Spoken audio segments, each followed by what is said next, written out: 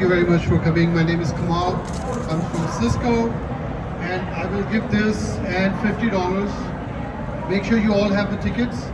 You just have to listen to me for like now 8 minutes. 2 minutes are already wasted here, you know.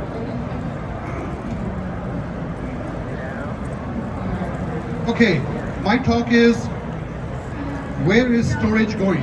Everybody talks about AI, but do you know storage is more important than networking? Networking has packets in flight, but where do they end up? They end up somewhere. You can travel all day on the roads and the expressway. Ultimately, you have to go home. Home is your storage. The bed is the flash, or whatever you can say, hard drive, you know. You just go sleep. All right, so let's talk about it. Now, how do we interact with Dell? Two of the leaders, Cisco in the networking, Dell in the storage, and how do we come together to provide AI infrastructure which is for storage optimized? I have a lot of slides here. Make sure you connect with me on the LinkedIn, Kamal Bakshi. There's no board here, so I'll write my name here. Kamal Bakshi. And I'll send you the PowerPoint here, you know.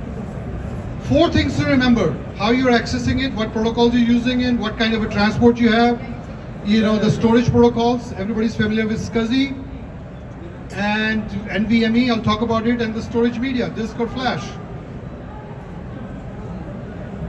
Wow, not interesting. It's interesting that mainframe started all the storage, right? Everybody knows that. Okay, so Cisco MDS supports mainframe storage. You know, it's interesting that the mainframe guys took the storage, and it's not NVMe, it's CKCD, you know, CKD, and it's a count key data. And what they did was they took the fiber channel and mapped it inside it. So today it's a 32 gig. Our Cisco supports up to 64 gig, but certified by IBM is up to 32 gigs, and some of the products over here. If you look at SCSI came along, right? The mini computers came along. So that's where the storage was. You guys remember this SCSI cable? I remember that. Yeah, oh, there you go. This gentleman with the mustache has a lot of technology and wisdom. Okay, that was SAS and all that. SCSI protocol got mapped into fiber channel, and that's what is called fiber channel today. But de facto, we just call it fiber channel. Mostly we're talking about is FCP, fiber channel protocol. Anybody who had not taken the ticket, please take it, because we're going to give away the raffle here. Look for Karina, and you can get the ticket. All right, next. Fiber channel is the gold standard, or maybe I should call it a diamond standard. It is the standard for enterprise storage. There's no second question about it. Then something interesting happened. SCSI, the protocol, the storage protocol, that was not good enough for the all flash arrays. It was slow. SCSI was not able to get you the performance. So around 2010, a consortium started Non-Volatile Memory Express. So they formed an LLC, and that's where NVMe was born, to make the fiber channel protocol. They're replacing SCSI with NVMe. That was mind-boggling. Everything today in storage is on flash is NVMe. In all AI storage, it is NVMe. You know, interesting thing with NVMe happened, they made transport agnostic. You can do fiber channel, you can do InfiniBand, you can do Ethernet. It doesn't matter. It's InfiniBand. It's NVMe on top of it. So that's why you will see in AI, it's NVMe Rocky. That's an RDMA, you know, storage in there. In enterprise, it's NVMe fiber channel. And in high performance computing, it's NVMe RDMA with InfiniBand on it. All right, and we support a lot of fiber channel. We have the industry's biggest port count, you know, and we have the highest buffer to buffer counts also. And along with Dell, we make one of the most robust, high available fiber channel fabrics in here, SAN. Our product for fiber channel is called MDS. I've been at Cisco for 30 years. I forgot what does MDS stands for. Mike Sheet is here. He can tell you everything about it. Something called multi-layer data center switch. There you go. There you go. Yes. Director class chassis. So, you know, here the storage lives here. Fiber channel below the servers. This is your data center. Fiber channel storage here. People are doing 32 gig today. 64, they're looking at it. Cisco is champions in those, both of them. Or 16 gig if you want. Higher speeds, slowly we're evaluating where do the customer need that. and Cisco is going to support all that. This is inside our fiber channel ASIC. This is ASIC inside. Nobody else will show you but us. That's my diagram actually, but me. I'm showing you in yellow how we do analytics metric collector. That means every packet in fiber channel at 64 gig speed from all those 768 ports is captured in here, is tapped in here, and we do analytics on it. Just imagine if fiber channel was in AI world. It's not. Storage is on Ethernet or InfiniBand in AI. But if it was on fiber channel, we can do amazing thing with analytics on it. So next time you see my talk on LinkedIn, support me, fiber channel for AI, If you look inside how we do that, there's an animation in there. So we have like 6 different analytics metric collectors within the ASIC, and every port, we group them up, we capture all the analytics headers. We don't have to capture the whole packet. We just take the metadata of the headers of the fiber channel, and then we send it. And then what we do is we can export it out, and we can put it on our management platform called NVMe-FC, Nexus Dashboard. Remember that word, Nexus Dashboard. Thank you very much. Make sure you get the event tickets. I'm going to be doing $50 and this thing in here. Find the lady over there. All right, so nice looking diagram. Imagine this ASIC on MDS line card. Every line card has this analytics metric collector. Every switch has it also. So if there are 16 line cards, you have 16 analytics metrics on it. That's a heck of a analytics collections. Nobody can do that but us. And the database can be queried either by us or by the management platform. We have amazing technology in fiber channel, Cisco patented. It's an acronym, Dynamic Ingress Rate Limiting. Let me tell you what it is. When you have a lot of traffic going in, whether it's in the Ethernet or in the fiber channel, when the incast happens, everybody knows what incast is, more than 2 comes to the same destination. When the incast happens, it's like, can you turn the camera around also? I want to see all the audience in there also. It's houseful, thank you. So when the incast happens, there's no way to get around it. You're going to drop packet, because if it's a 32 gig, 2 streams coming in on one stream going out 32 gig, you have to drop packet. So you have to make sure you slow down the source. How do you slow down the source? Ethernet, there's no such technology, right? Ethernet, there's no such thing. So if in AI network, if more than 2 GPUs or 4 GPUs are sending packets on the same destination, there are going to be some issues. You cannot drop the packet because it's a lossless network. That means everybody will slow down, the PFCs, right? So in fiber channel, we have an answer for it. The 2 answer, one is called FPIN, Fabric Performance Impact Notification. It's too much. You need the special hardware. Cisco supports it. But we have our own technology, Dynamic Ingress Limiting. Whoever is generating more traffic, we automatically discover that without any extra hardware and will slow that guy down. So it's like going on a highway, you slow down the car so that the highway doesn't get congested automatically. Fiber channel is amazing, guys. You connect the servers and disks in there, it automatically discovers each other. There is no IP addresses, you don't have to worry about subnetting. I'm still trying to figure that out after 40 years of doing it. Its FCID is automatically assigned. It's a software-defined controller on every switch. Name server is there. Zoning is done by ACL. It's an amazing protocol, and Cisco leads into this. Then NVMe allows you to take the same storage. Now Dell has, for example, in PowerStore, you have a storage, you have a data set. One side is going to the fiber channel, and one side can go to the Ethernet side. So do all your development work on the Ethernet side, and then once you do production, put it on the fiber channel side. Amazing. And Dell gives you this ready to go. 100 gig fiber channel Ethernet, 64 gig fiber channel on all their platform. And Cisco and Dell has worked together quite a bit. There's something amazing thing in fiber channel happen is it discovers all the resources automatically. It discovers where the disk is. The server will say, I'm the server and I want the disk. And they will automatically connect, and that's called zoning. And then they will mount the disk to the server. You're in business.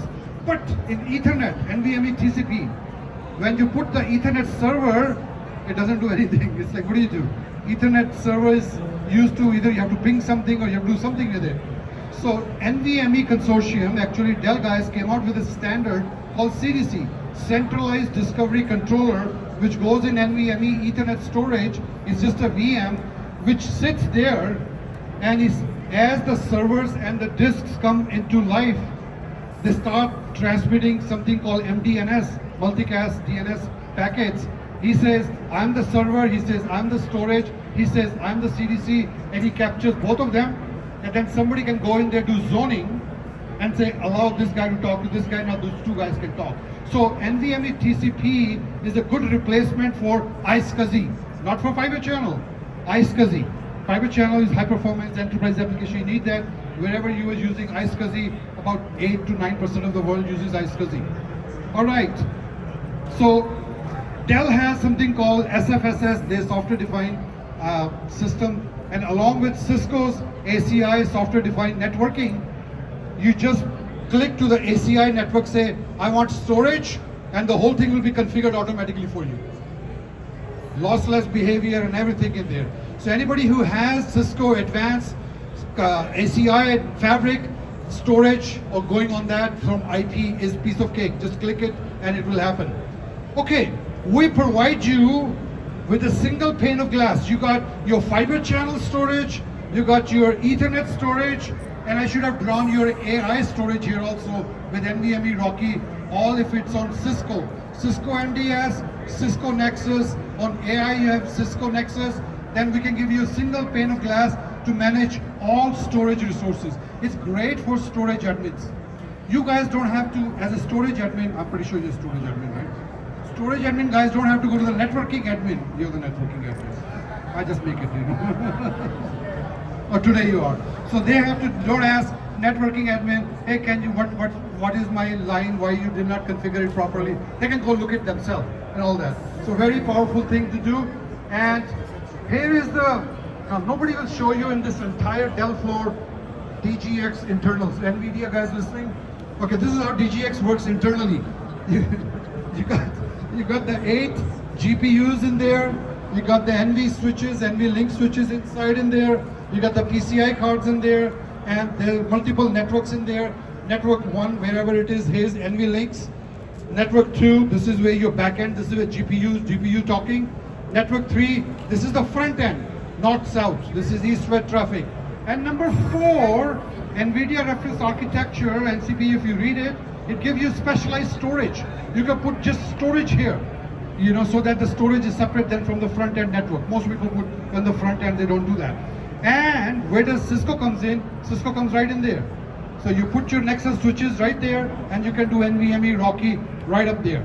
So along with NVIDIA, Cisco, IP storage, AI, or if you're doing enterprise networking, it all works great. I need to check on my time. Are you guys enjoying the show, please? Yeah, okay, good. Let me see if this was my last slide. No. So where is Ethernet going? Because Ethernet, 3 minutes? 3 minutes left. Okay, she's giving me 3-minute warning. When you're having fun, you know, time flies, you know. Okay, so now guys, do you know Ethernet was not designed for fiber for storage? It was not. You just send a packet, and if it is a congestion, the switch will drop the packet. Wow, in storage that's unheard. If you drop my packet, I'll kill you, because that's my data transaction. You know, if it's a banking and you're sending all the check information and you drop the packet, it's not gonna work out. So they try to do PFCs, priority flow control, lossless Ethernet. And the problem with that is, if you're 4 hops down, the first hop discovers the congestion, it will slow down the second hop, third hop, all ISLs will be blocked. So all other traffic, which is not even going to that destination, will be blocked also. So that's why PFC doesn't work very well. It's used in the Rocky.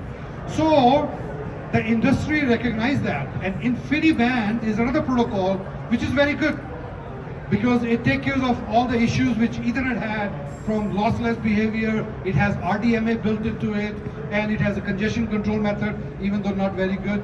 So Ethernet UEC, anybody heard of UEC? Ultra Ethernet Consortium. Get ready. There's a new Ethernet coming called Ultra Ethernet. It's not the speed, it's the protocol is changing, Ethernet. They're making the Ultra Ethernet on top of the standard Ethernet, standard IP network, Then depending upon whether you negotiate that you're supporting Ultra Ethernet, the transport protocol.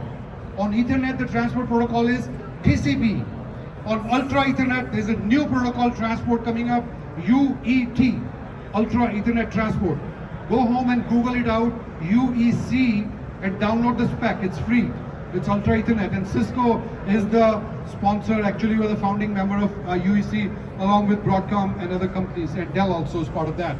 So Ultra Ethernet will take the best of InfiniBand, like how do they do congestion control and how do they do the lossless RDMA. They're going to bring RDMA native into Ultra Ethernet transport. AI works, the job IDs in AI works with the rank IDs, they call it. But once you put that transaction on the network, none of the protocols will look into what job ID this packet is coming from. UEC will look at that. It will say, okay, rank number 7. So when it delivers that UET to that particular GPU, it will deliver it to the process number 7. Wow, what a mind-boggling thing. Now we are workload aware with UEC. We're taking the fiber channel buffer-to-buffer flow control and putting it in UEC. So again, watch out, Cisco will be coming out with the Nexus switches, which will be AI storage. And fiber channel, my last 30 seconds, fiber channel is for enterprise storage. It is here to stay. Somebody said until the mainframe dies, fiber channel is not going to die. So mainframes are here, fiber channel will be here. NVMe TCP is for iSCSI, and Ultra Ethernet storage is for AI. And Cisco supports all of them, the only vendor with a single management platform. Thank you very much. Yes, let's give Kamal a big round of applause. Thank you. Thank you, Sai, for recording it. Now, And come on, yes, let's do the round. where is